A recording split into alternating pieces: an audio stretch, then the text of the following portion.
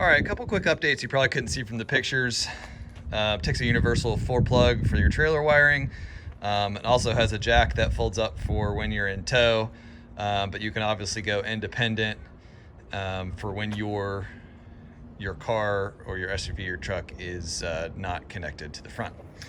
One of the other things that a little modification we made, and I'll show you why in a minute, was adding a 15 amp shore power inlet. We had one before, but I will show you why we switched it.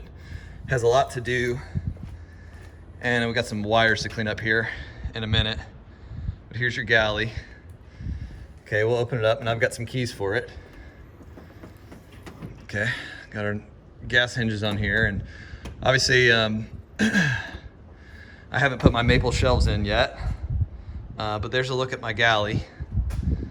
It comes up pretty smooth. It holds it up really well. The 60-pound gas springs on each side were more than adequate for the weight for the door, so they hold that up really well. And got a couple keys for that, back latch to lock it when you like. The other thing you probably can't see from the pictures is this stainless steel trim in the back, a little bit lining for a little bit of touch. And obviously you've got your galley hatch seal coming along the sides with your T-molding coming along on the galley hatch. So I wanted to get my electrical in before I put in the maple shelves.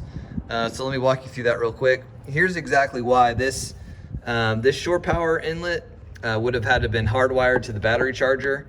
So I swapped that out with one that'll just have a clean connect to the battery charger. So we'll start with our negative here, our outlet. On the back left, we've got a ground wire. Obviously safety first, and I'll clean these wires up later, but that is grounded into my trailer frame. The second thing is my negative connection to my battery charger. The third thing is my negative connection to my fuse block, which powers my internal max air fan, 12 volt and USB plugs that I'll show you in a second. The fourth thing is my negative cable going to my power inverter. And then the fifth one's empty. And then I basically took that same setup and mirrored it over here on my positives. Obviously, I'm not grounding from a positive, so that's empty. My second one is obviously mirroring my negative. It's my positive for my power charge, or for my battery charger. My middle slot here is for my positive for my fuse block.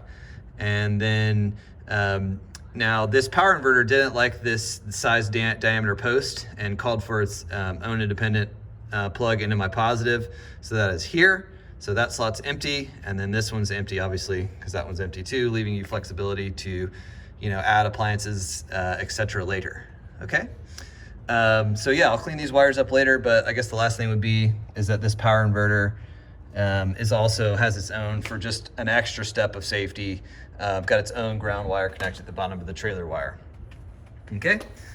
So on the inside, you'll be able to see here, this is basically telling you what your 12 volt's putting out. It's got a little section here showing you your, and this will actually be on the countertop when I slide the shelves in a few minutes. But this shows a battery meter showing you how much juice your 12 volt has. So I press menu, and this will show me how many watts I'm putting out from either of the USB ports or the 120 volt GFCI plugs. Okay, so I'll show you the inside real quick. That, excuse my hand, also has a key. It locks pretty well. Let's see here. So that's pretty cool. Those light up. 2 USB ports, a 12 volt, and this stainless steel grommet is for any connections you want to plug in to the power inverter and run in here. So you could plug in a TV, space heater, a blanket. 1100 watts is going to give you plenty of time to do that. So let's open up this fan. You can get a sneak peek at this fan. It's really awesome. So we'll just turn that on. and it runs really silent, even though it's still even on the second highest speed. Okay, that's it.